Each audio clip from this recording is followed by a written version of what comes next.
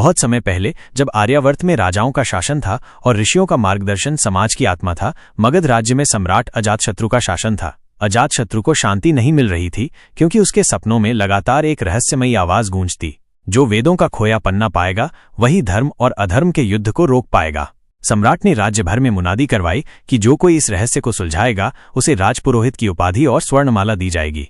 ये खबर एक युवा सन्यासी कौशल तक पहुंची, जो हिमालय में एक तपस्वी ऋषि का शिष्य था। कौशल वेदों का गंभीर अध्ययन कर चुका था, लेकिन उसे हमेशा लगता था कि कुछ रहस्य अभी अधूरे हैं।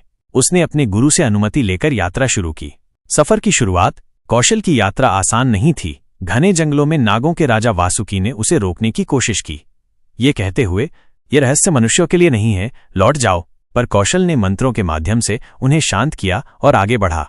आगे गंगा के किनारे उसे एक वृद्ध साधु मिला, जिसने बताया कि खोया हुआ वेद पृष्ठ माया की गुफा में छुपा है, जो दक्षिण भारत के घने जंगलों में स्थित है। लेकिन चेतावनी दी, वो गुफा तुम्हारे भीतर की बुराइयों का दर्पण है, वहां वही सफल होगा जो खुद पर विजय पा चुका हो। माया की गुफा। हफ्तों की यात्रा के बाद कौशल गुफा तक पहुंचा। जैसे ही वो अंदर गया, दीवारों पर रहस्यमयी चित्र उभर आए, युद्ध, प्रेम, क्रोध, लोभ और अहंकार के दृश्य। गुफा के अंत में एक दरवाजा था जिस पर लिखा था, सत्य वही देखेगा जिसने स्वयं को देखा है। कौशल ने ध्यान में बैठकर अपने भीतर झांका। उसने अपने भीतर के क्रोध, डर, लोभ और मोह को स्वीकार किया। तभी दरवाजा अपने आप खुल गया। भीतर उसे एक प्राचीन ताम्रपत्र मिला जिस पर वेदों का खोया हुआ मंत्र लिखा था, सर्वम खल्विदम ब्रह्म। ये सारा जगत ब्रह्म का ही स्वरूप है। मंत्र की शक्ति।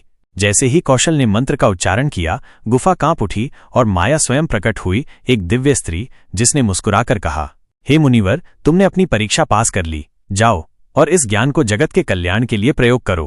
कौशल मगध पहुंचा, सम्राट के दरबार में मंत्र सुनाया। मंत्र सुनते ही सम्राट के भीतर का अहंकार ढह गया और उसने शांति का मार्ग अपनाया। कौशल राजपुरोहित बना, लेकिन उसने राजमहल में न रहकर लोगों को वेदों का ज्ञान सिखाना शुरू किया, अहिंसा, करुणा और आत्मज्ञान का महत्व।